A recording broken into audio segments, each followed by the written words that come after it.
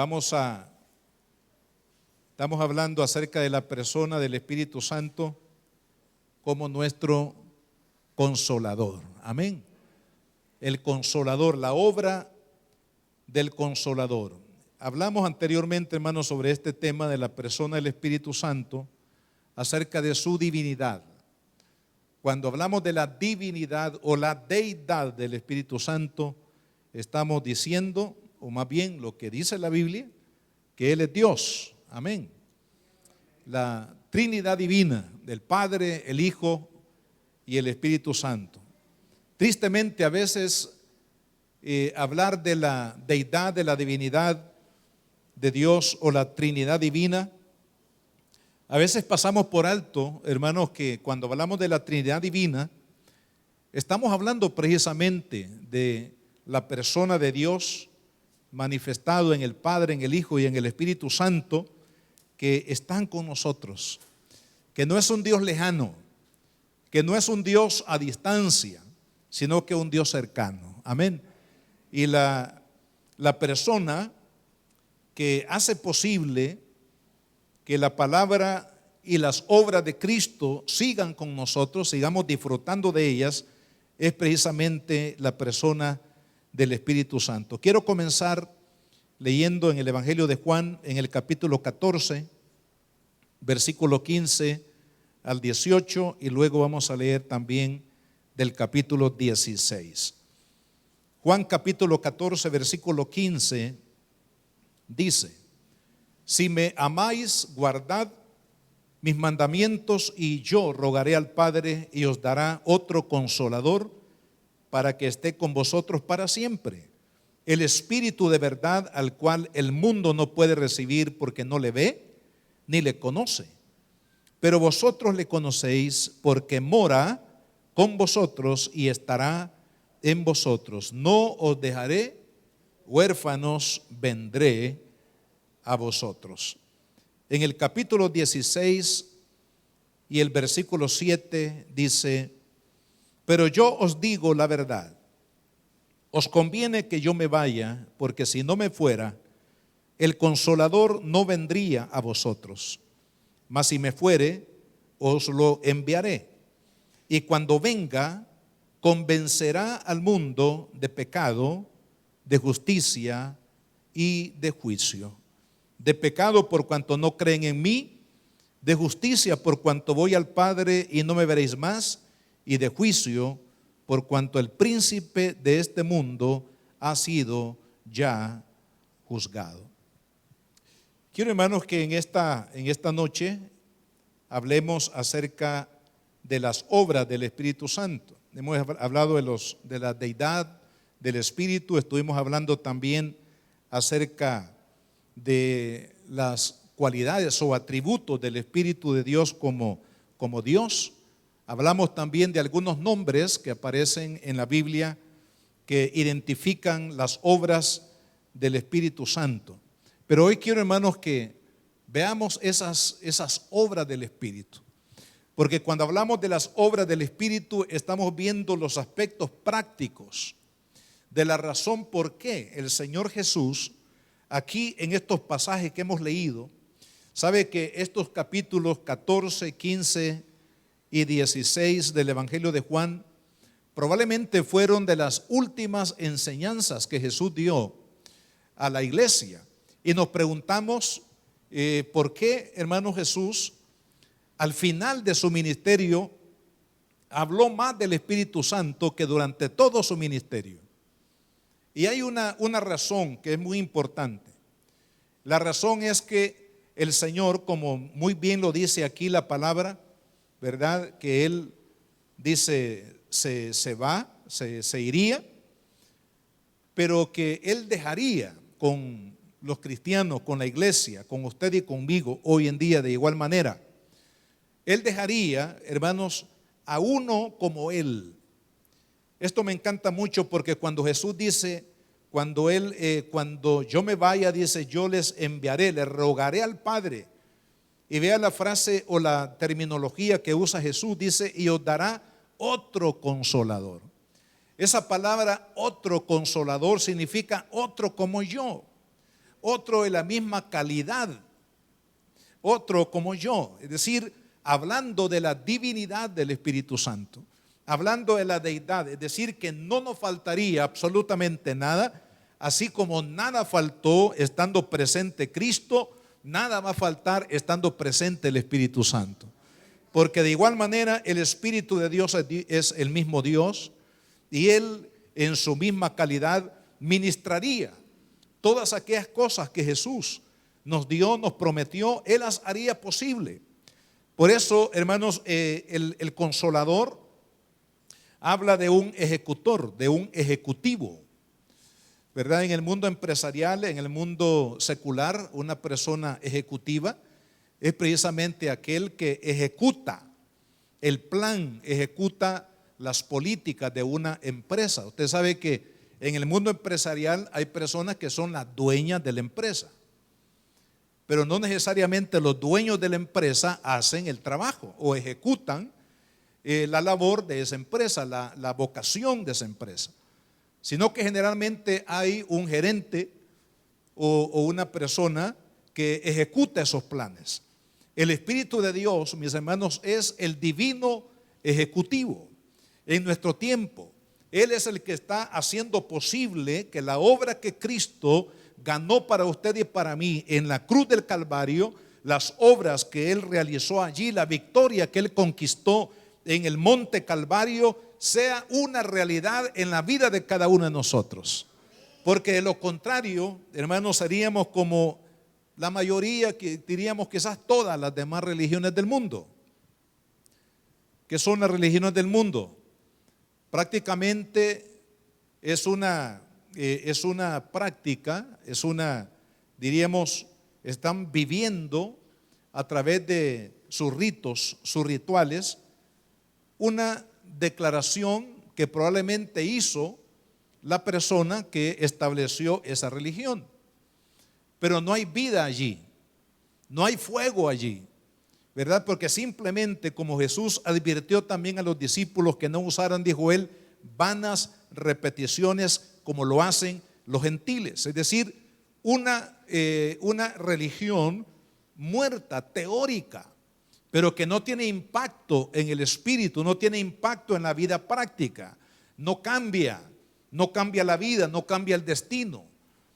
Ese podríamos decir que es una religión teórica, de filosofías, diríamos de ideologías, pero que realmente está lejos de causar algún impacto en la vida de aquellos que lo practican. El cristianismo es totalmente diferente. ¿Y sabe por qué el cristianismo es totalmente diferente? Porque el cristianismo no es una religión.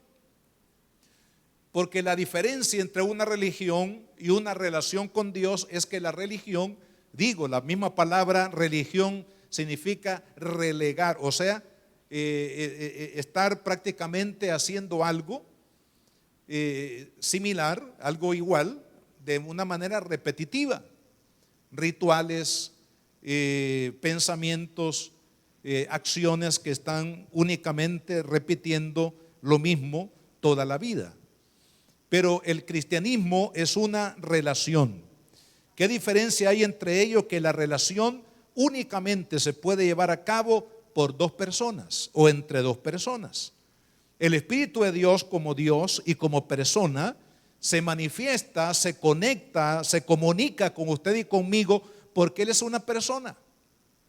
No es una religión, es una persona. Y de hecho, si el Espíritu Santo es una persona, entonces quiere decir que las obras de Dios Él las ha de manifestar para que usted y yo las disfrutemos o las vivamos en la vida cotidiana. Y aquí tenemos por lo menos 5 obras del Espíritu Santo.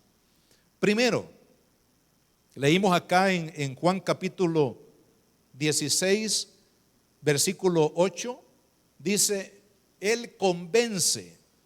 Cuando Él venga, dijo Jesús, convencerá al mundo de pecado. Es decir, la obra del Espíritu Santo es revelar al hombre su condición espiritual.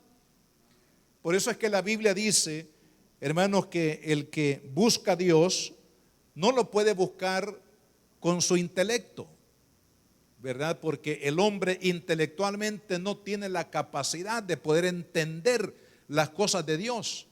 Le tiene que ser revelado por el Espíritu Santo para entender las cosas del Espíritu. De tal manera que aquel que no le he revelado las cosas del Espíritu no puede entender el reino de Dios. Es lo que le pasaba a Nicodemo. Nicodemo tenía mucha ley, mucha palabra de Dios en su mente, pero no le había sido revelado lo espiritual. Porque no es, hermano, únicamente la memorización, digamos en este caso de la ley, que todos los fariseos seguían de manera muy disciplinada. Era necesario la revelación. Por eso cuando Jesús le habla y le dice, es necesario que tú nazcas de nuevo, y él se pregunta y dice, pero ¿cómo puedo nacer de nuevo siendo viejo? ¿Por qué? Porque él lo analizó a través de la lógica. Y a través de la lógica no se puede entender las cosas del Espíritu. Hasta que Jesús le insistió y finalmente le entendió que Jesús no se estaba refiriendo a nacer de nuevo en el sentido fisiológico, sino en el sentido de conversión, en el sentido espiritual. Por ello, hermanos, es importante que el mundo sea convencido por el Espíritu. La salvación no puede venir a la vida de una persona sino por el convencimiento del Espíritu Santo. Significa que la persona llega a entender cuál es su condición espiritual delante de Dios, que es un pecador que necesita la salvación de Dios. De lo contrario, nadie va a buscar a Dios si no es convencido por el Espíritu Santo de que necesita ser convertido, salvo, perdonado por Dios mediante la obra del Señor Jesucristo. Por eso es que la obra de convencimiento es una obra primaria que hace el Espíritu Santo en la vida de los hombres. Usted y yo estamos aquí, ¿sabe por qué? Si usted ha aceptado a Cristo como su Señor y como su Salvador, ¿qué es lo que pasó? Lo que pasó es que el Espíritu lo convenció. Creo que en la mayoría de los que tenemos esta experiencia con Cristo, hermanos, podríamos contar las cosas que pasamos, ¿verdad? Probablemente en el caso de alguno de los que está acá, fue convencido por un largo tiempo que Dios hablaba a su corazón, quizás el testimonio de su esposa o un miembro de la familia o algún amigo en el lugar de trabajo, ¿verdad? O algún vecino que le hablaba del Señor, pero no queríamos reconocer la condición espiritual. No queríamos reconocer que necesitábamos de Dios hasta que llegó el punto, el momento, cuando esta obra del Espíritu Santo nos hizo entender que necesitamos a Cristo, que necesitamos el perdón de Dios, que necesitamos, hermanos, ser liberados de la cautividad del pecado. Esa obra de convencimiento de que soy pecador y que necesito a Dios en mi vida es una obra del Espíritu Santo. Ahora, ¿qué es lo que la iglesia, hermanos, tiene que hacer por esa obra del Espíritu? Dos cosas tenemos que hacer. Una, si nosotros nos ubicamos, por ejemplo, en nuestra familia. ¿Usted tiene miembros de su familia que no son cristianos, nacidos de nuevo? Probablemente sí. La comunidad, de igual manera, si lo extendemos, digamos, esta ciudad donde está la iglesia establecida. De seguro que hay miles de personas que no conocen a Jesús de una manera personal. ¿Qué es lo que nosotros tenemos que hacer para que suceda lo que Jesús dijo, que Él viene para convencer? Dos cosas. Uno, hermanos, es la oración. Estoy más que seguro, aunque usted no lo sabe, y probablemente nunca lo vamos a saber aquí en la tierra, pero la razón por qué usted conoció a Cristo y reconoció que necesitaba el perdón de Dios es porque alguien oró por usted. Yo puedo, hermanos, decirles con toda seguridad que en el caso nuestro, de nuestra familia, fue una tía, ella se llamaba Lidia, la que se convirtió al Señor juntamente con nuestra abuela por parte de papá, y ella oraba por la familia. Yo recuerdo que cuando visitaba a la tía en su casa, ella siempre me hablaba de Jesús y siempre me decía: ¿sabes, hijo? Estoy orando por ti para que busques al Señor. ¿Verdad? No era, ella era tan dulce y era tan, diríamos, tan amable, que ella nunca me golpeó con la palabra de decirme: mira, si no te convertiste vas a ir al infierno, por ejemplo, como algunos utilizan esa metodología, ¿verdad? A través del temor del infierno se va a convertir esta persona. Ella no era de esas personas, sino ella decía: estoy orando por ti para que busques al Señor, porque tú necesitas a Dios en tu vida. Y sé, hermanos, que a través de la oración de nuestra tía Lidia, no solamente su servidor probablemente buscamos al Señor, sino también otros de mis hermanos que nos entregamos a Cristo. Pero fue porque alguien oró. Alguien estuvo orando por usted y por mí, sin duda alguna, para que usted en un momento determinado dijera: necesito a Cristo en mi vida, ya sea a través de un problema, a través de una crisis, a través de una enfermedad, a través de una amenaza, como sea, hermano. Pero se llega al punto de reconocer que uno necesita de Dios, la obra de convencimiento del Espíritu Santo. Y la otra cosa es predicar. Orar y predicar es el binomio para lograr, hermanos, que las almas sean convencidas por el Espíritu Santo que necesitan perdón, que necesitan una sanidad del alma. Y es a usted y a mí a los que nos corresponde predicar. Amén. No es al gobierno, hermano. No es al maestro, el educador allí en la escuela secular, aunque muchos son cristianos y comparten su experiencia con sus alumnos. Pero el privilegio de predicar, para que el Espíritu de Dios haga esa obra, porque sabe que la materia prima que el Espíritu de Dios usa para la obra de convencimiento de pecado es el Evangelio. Es el Evangelio de Cristo. Por eso el Señor, el Señor dijo aquí en la palabra, vea lo que es el versículo 16, versículo 13, capítulo 16, 13. Pero cuando venga el Espíritu de verdad, Él os guiará a toda la verdad, porque no hablará por su propia cuenta, sino que hablará todo lo que oyere y lo hará saber las cosas que habrán de venir.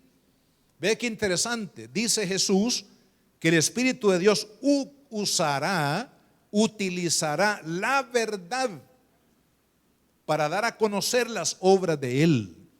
¿Y qué es la verdad acá, hermano? Todo lo que Jesús enseñó, todo lo que Jesús hizo, que está registrado en el Evangelio. Significa que cuando usted y yo, como iglesia, como cristianos comprometidos con el Señor, hablamos de Cristo, hablamos del Señor a la familia, a las demás personas, ¿qué estamos haciendo?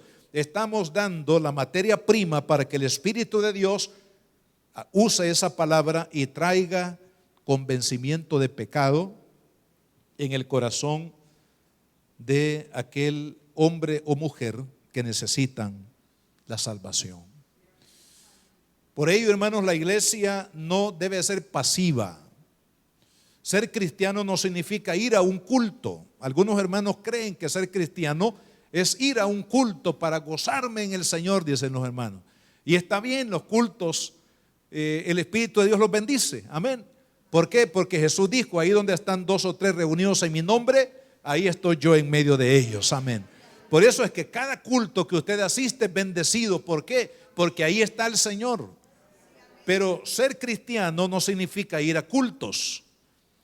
Día miércoles, viernes, cualquier día que sea, el domingo. Sino ser cristiano, hermano, significa amar las almas. Amar a aquel pecador que necesita salvación.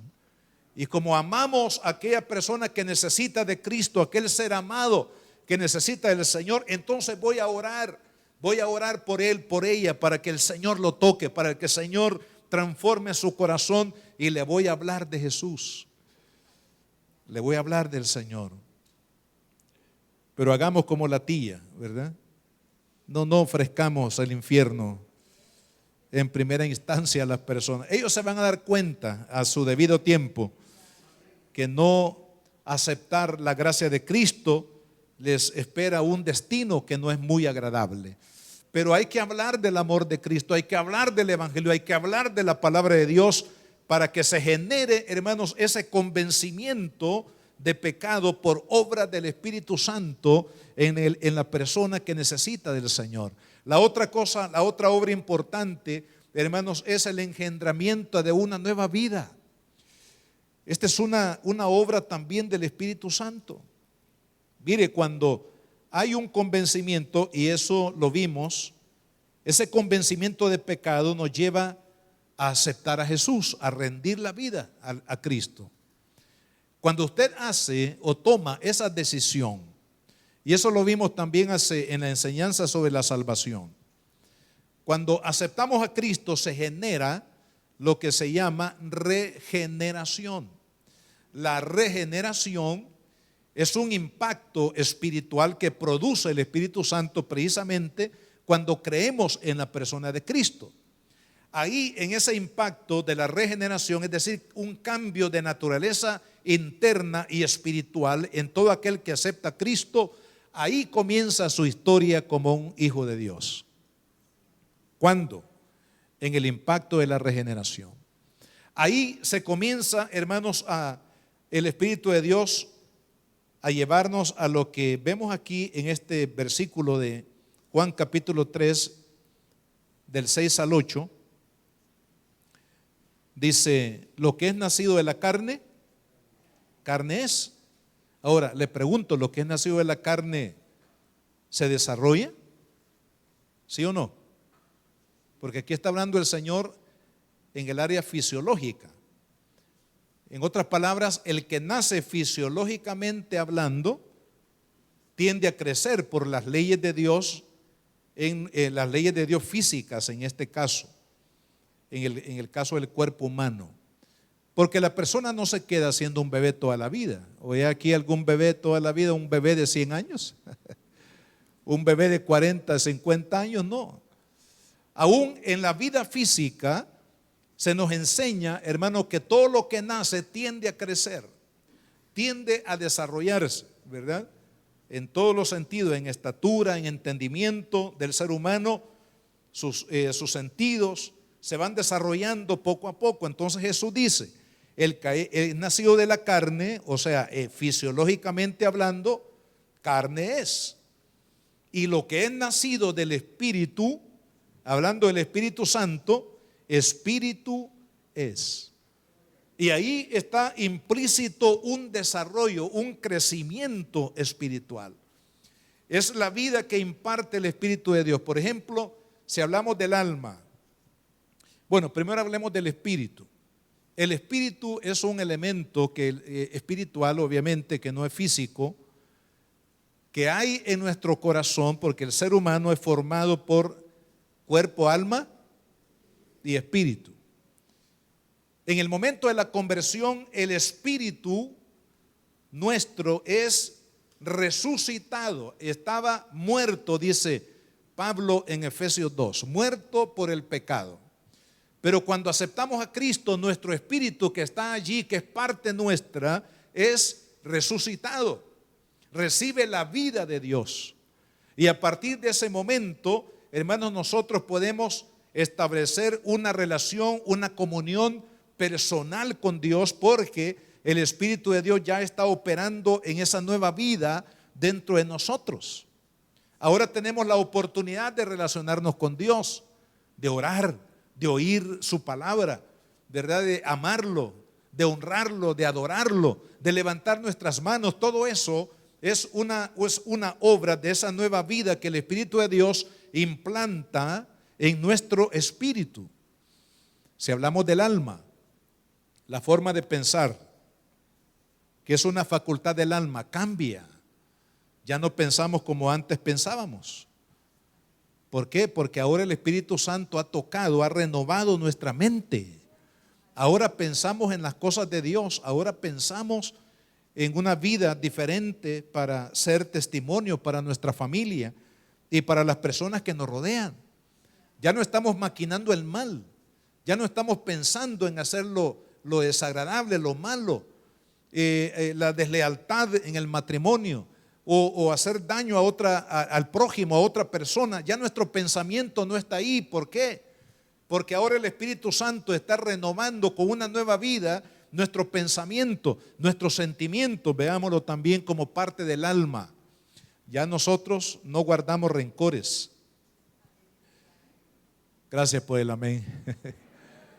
Ya no guardamos rencor, ya no guardamos amarguras. ¿Por qué? Porque ahora nuestros sentimientos han sido renovados por el Espíritu Santo. Ahora podemos amar de manera genuina a una persona cuando usted le dice, amado hermano, lo amo en el amor del Señor. Es algo genuino, no es una mentira. Porque nuestros sentimientos han sido renovados. Ahora podemos amar a nuestra amada esposa, al esposo en el caso de mis hermanos y hermanas. Podemos amar a nuestros hijos, podemos amar aún al enemigo. Amén, hermano. Porque Jesús dijo que aquel que se convierte en nuestro enemigo, yo digo enemigo sin causa, porque a veces uno tiene enemigos sin haber procurado hacer los enemigos de gratis. Pero ¿qué dijo Cristo? Que aquel que te insulta, aquel que te aborrece, aquel que procura el mal contra ti, ¿qué debemos de hacer? Amarlo, perdonarlo y aún bendecirlo. Eso parece una locura en la lógica humana. ¿Cómo puedo yo bendecir a aquel que procura mi mal? Aquel que procura dañar mi vida, mi testimonio, dañar mi reputación, aquel que calumnia, aquel que habla mentiras contra su prójimo. Amado hermano, ¿por qué podemos amarlo? ¿Por qué podemos bendecirlo? Porque el Espíritu de Dios trae nueva vida a nuestros sentimientos. Ya no hay temor. ¿Se acuerdan ese coro? Ya no soy esclavo del temor. ¿Por qué? Porque soy hijo de Dios. Amén. Y el hijo de Dios ya tiene nuevos sentimientos, ha sido renovado sus sentimientos por esa nueva vida que el Espíritu de Dios imparte. Si hablamos de la voluntad, que también es parte, hermanos, de nuestra alma, ya nuestras decisiones son más pensadas. Ya hacer algo, planificar algo en la vida matrimonial, por ejemplo, ya no se puede hacer de manera independiente. Ahora hay que hacerlo en unidad, en el matrimonio, porque ya no son más dos personas, sino una. Entonces ya no es lo que yo quiero, sino lo que deseamos. Ya no es lo que yo pienso, sino lo que pensamos. Ya no soy lo que yo decido, sino la decisión que está tomada en cuenta, la opinión de la esposa o del esposo. Así que hermanos, vea qué lindo, toda nuestra vida es renovada. He renovado nuestra comunión con Dios. Antes no podíamos honrar al Señor. Ahora sí podemos honrar a Cristo, amarlo, servirle, honrarlo con nuestra vida, cantarle alabanza, servirle de todo nuestro corazón, porque Él ha hecho esa obra de restauración de nuestra vida espiritual. Pero también podemos pensar de una forma diferente, sentir de una forma distinta y también, hermanos, tomar decisiones. Todo esto tiene que ver con el engendramiento de una nueva vida. Y por supuesto que esto tiene que ir progresando, así como el cuerpo físico va progresando en estatura, en capacidad de razonamiento, en disciplina. Así también la vida espiritual, desde el momento que el Señor impacta nuestra vida, ahí se comienza la nueva vida y esto tiene que desarrollarse. Amén, hermanos. Tenemos que servirle a Dios. El cristiano que no le sirve a Dios en alguna misión que el Señor le dé, no ha desarrollado, se ha quedado como un bebé y eso no puede ser. Hermano, es necesario que haya un crecimiento porque la dinámica del Espíritu Santo es hacia el crecimiento. El Espíritu Santo no nos va a dejar enanitos, hermano. El Espíritu de Dios va a trabajar con usted y conmigo para que esa nueva vida, esa nueva dinámica del poder de Dios nos mueva a la madurez, nos mueva a ser cristianos, hermanos, responsables, cristianos entregados, consagrados, siervos de Dios, siervos por la causa de Cristo en todo tiempo. La otra obra es la guianza. Todos necesitamos dirección en la vida. Hay una figura muy linda mientras buscamos este versículo de Romanos capítulo 8. Siempre me impactó la figura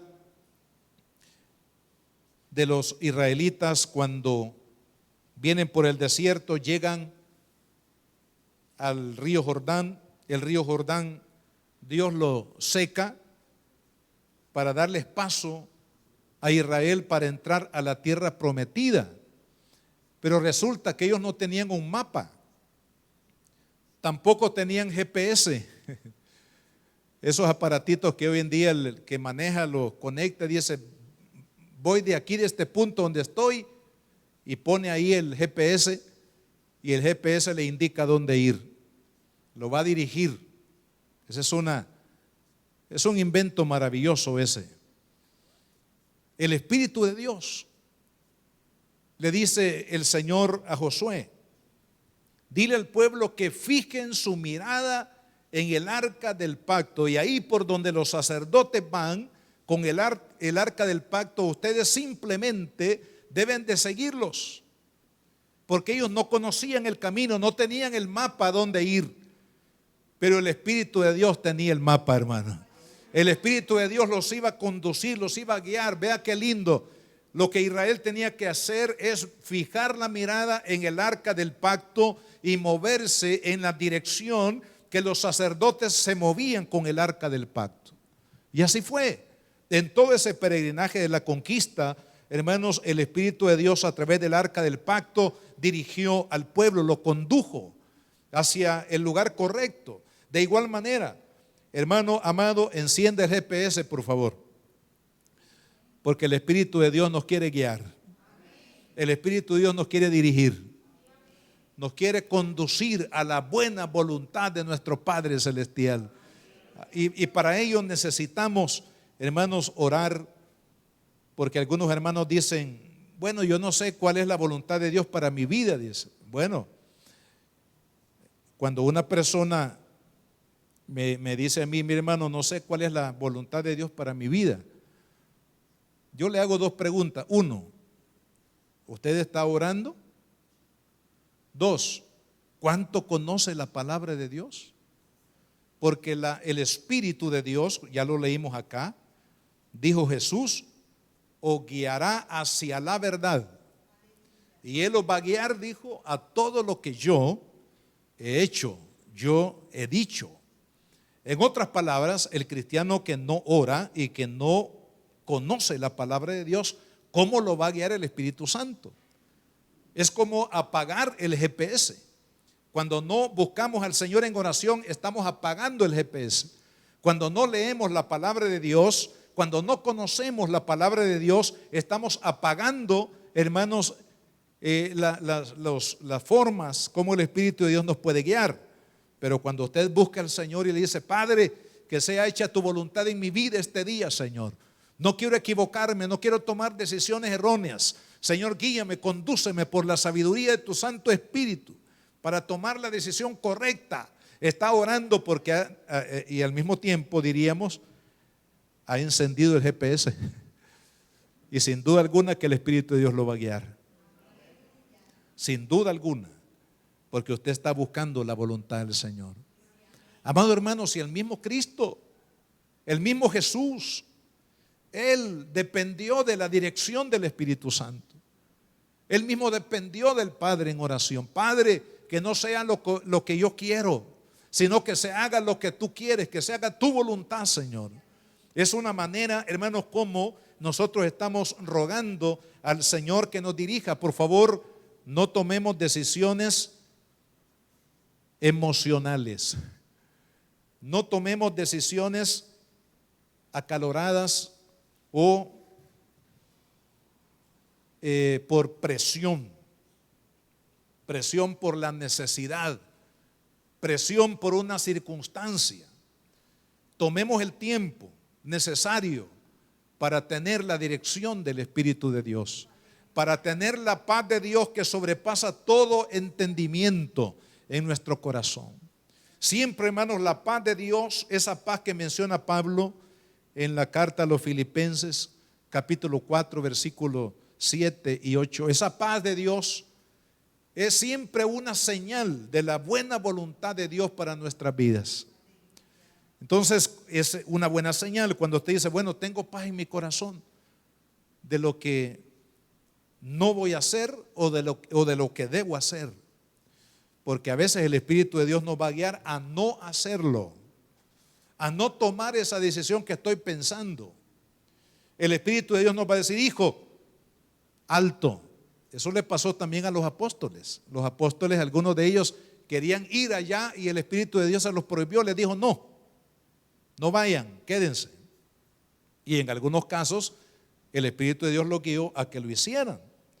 Entonces eso, hermanos, es sumamente importante, la guianza del Espíritu Santo en nuestra vida. Ve lo que dice el apóstol Pablo acá en este pasaje de Romanos capítulo 8, versículo 1, y luego leemos el 14. Romanos 8:1 dice la palabra de Dios. Ahora pues ninguna condenación hay para los que están en Cristo Jesús, obra de salvación. Y ahora vea la característica del creyente, del cristiano: los que no andan conforme a su carne, sino conforme al Espíritu. Ahí la palabra andar significa, hermanos, estar viviendo, tomando decisiones, accionando cada día de acuerdo a la dirección de Dios en nuestra vida y no en nuestra carne. ¿Qué es tomar una decisión en la carne? Es tomar una decisión emocional, es tomar una decisión apresurada. Hay personas que son muy inquietas, ¿verdad? Son muy inquietas y muy activas. Y esa persona tiene que depender doblemente del Espíritu Santo, porque su misma naturaleza es impulsiva a tomar decisiones apresuradas, decisiones emocionales. Entonces el cristiano tiene que aprender, hermano, a caminar, a andar, a vivir su vida siendo guiado por el Espíritu Santo. Yo creo que esa razón, bueno, es una suposición, una creencia quizás personal. ¿Por qué el Señor frenó a Saulo de Tarso y lo tuvo 3 días ciego, hermano? ¿Usted se ha preguntado por qué? Yo digo, bueno, esta es una idea mía. Creo, hermano, que Pablo era de esas personas que no podían estar quietas. Un hombre tan activo, tan impulsivo y que el Señor lo frenó y le quitó la visión, la capacidad de ver por 3 días al menos. Ya me imagino Pablo, un hombre tan activo, tan reactivo también, hermanos, ahí en ese lugar, ahí en Damasco, ahí en lo oscuro, sin poderse movilizar, teniendo que depender de alguna otra persona para los aspectos básicos. Ahí, hermanos, creo que Pablo recibió una tremenda lección. A partir de hoy, Pablo, ya no te vas a mover en la carne, ya no te vas a mover de manera impulsiva porque eres impulsivo, activo, sino que ahora tendrás que aprender a moverte en el Espíritu. Gloria al Señor. Y ahí el apóstol Pablo encendió el GPS, hermano. Y ahí comenzó este hombre a ser guiado por el Espíritu de Dios, porque aprendió a caminar en el Espíritu. Dice la palabra en el versículo 14, también porque todos los que son guiados por el Espíritu de Dios, esta es una evidencia de que son hijos de Dios. Amén. El que es guiado por el Espíritu es evidencia de que es hijo de Dios. El que no hace la voluntad de Dios, el que no espera la voluntad de Dios, el que se anticipa a imponer su propia voluntad, de hecho, no es un hijo de Dios porque no está controlado, dominado, guiado por el Espíritu. Pero aquel que está siendo guiado por el Espíritu Santo es porque es hijo de Dios. Amén. La oración, el Espíritu Santo es el que le da poder a la oración, perseverancia a la oración. Hermanos, si queremos orar por más tiempo, si queremos prevalecer delante del Señor en oración, algunos hermanos probablemente dicen: hermano, yo no puedo orar más de 10 minutos, 15 minutos, me aburro, me pierdo. El Espíritu de Dios potencia la oración, hermano. Por eso es necesario que usted y yo busquemos la llenura del Espíritu Santo. Busquemos el bautismo en el Espíritu Santo. ¿Sabe que cuando el Espíritu Santo nos bautiza, Él potencia nuestra comunión, nuestra relación, nuestra oración de igual manera? Dice el versículo 26 de Romanos 8, ahí donde estamos: y de igual manera el Espíritu nos ayuda en nuestra debilidad. O sea que Dios sabe que somos débiles en la oración, porque está hablando de la oración. Pues ¿qué hemos de pedir como conviene?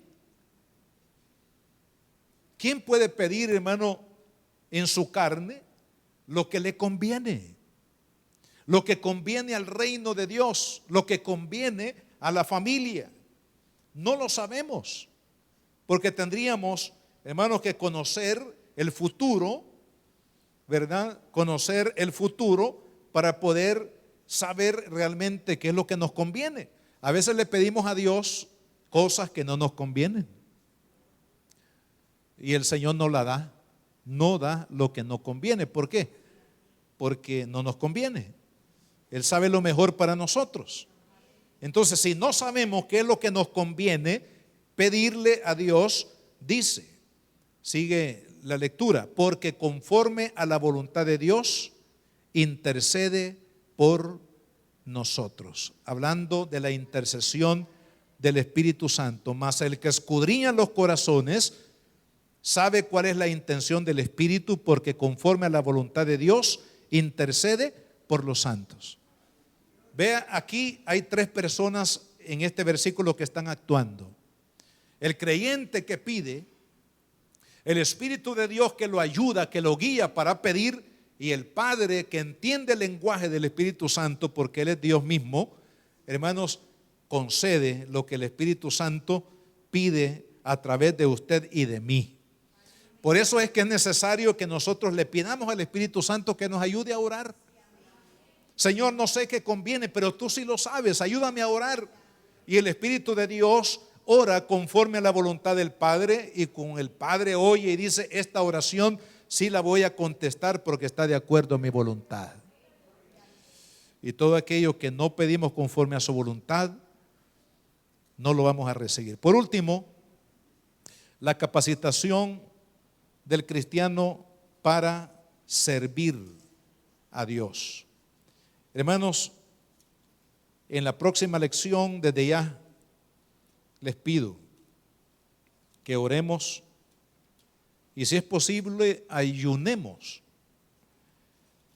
para buscar el bautismo en el Espíritu Santo. De eso vamos a hablar en la próxima lección. Y no solamente vamos a hablar del bautismo en el Espíritu Santo, sino también vamos a pedirlo, hermano. Y por fe vamos a recibirlo para la gloria del Señor. Porque el Espíritu de Dios es el que nos potencia, nos capacita, hermanos, para servir al Señor en la misión que nos ha encomendado. Dice la Biblia: pero recibiréis poder. La palabra poder acá significa capacidad. Recibiréis poder cuando haya venido sobre vosotros el Espíritu Santo, y me seréis testigos. Ve aquí el contenido de este versículo maravilloso. Primero dice: van a recibir capacidad. Capacidad que viene no de nuestra carne o nuestra inteligencia, sino dice que viene del Espíritu Santo. Y cuando esa capacidad del Espíritu Santo viene a revestir la vida del creyente, entonces dice: me seréis testigos. La palabra testigo acá significa testigo ocular, que diga Nadie puede testificar de algo que no ha visto, de algo que no vive, de algo que no lo ha sentido, no lo ha hecho suyo.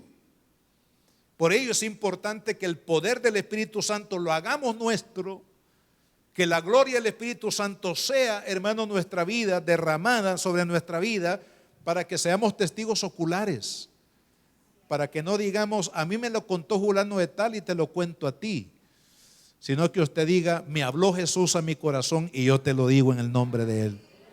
El Señor cambió mi vida y cambiará también la tuya. El Señor es poderoso para sanar y sanará tu vida también como lo hizo conmigo. ¿Por qué? Porque somos testigos del poder de Dios. Esto es la diferencia, hermano, entre la religión y la relación con Cristo, que el Espíritu de Dios está obrando a través de nuestra vida. Somos las manos de Cristo, por decirlo de esa forma.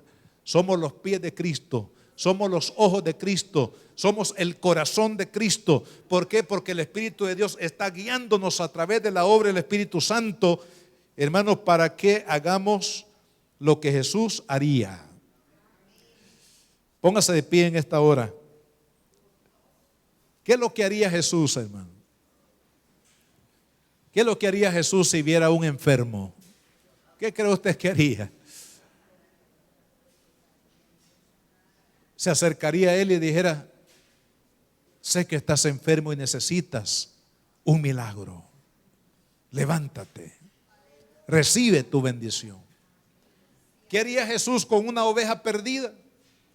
Ya lo demostró allí en la parábola de la oveja perdida. ¿Qué hizo Jesús con la oveja perdida? Él fue, dice, por todo lugar hasta encontrar la oveja perdida.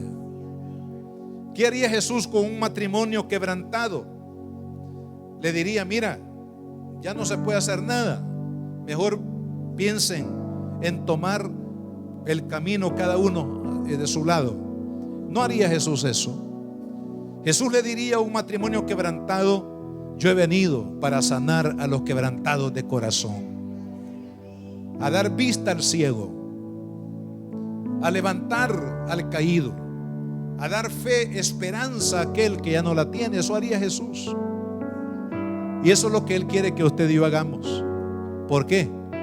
Porque usted y yo ahora somos los medios a través de los cuales el Espíritu de Dios hace estas obras. Salvación, sanidad, restauración, liberación. Todas estas obras el Espíritu de Dios necesita un instrumento para llevarlas a cabo. ¿Y cuáles son esos instrumentos? Somos sus hijos. Amén. ¿Cuántos estamos dispuestos a que el Espíritu de Dios haga estas y muchas obras más a través de mi vida?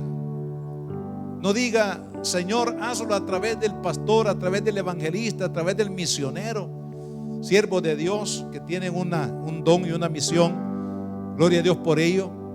Pero el Espíritu Santo nos quiere usar a cada uno de nosotros, en su familia, con las personas que usted convive continuamente. Ahí diga al Espíritu Santo, usa mi vida para hablarle a esta persona que sé que su vida está en camino de muerte. Usa mi vida, dame la sabiduría, las palabras, la oportunidad para poder hablar, para poder orar por esta persona, sanar a los enfermos, liberar al oprimido. No corra donde el pastor para decir, hermano, venga para echar fuera este demonio. Échelo usted en el nombre de Jesús. Amén, porque el Espíritu de Dios quiere que nosotros hagamos todas estas obras, porque Jesús dijo que las podríamos hacer a través del Consolador divino. Levante sus manos y diga al Espíritu Santo, te necesito.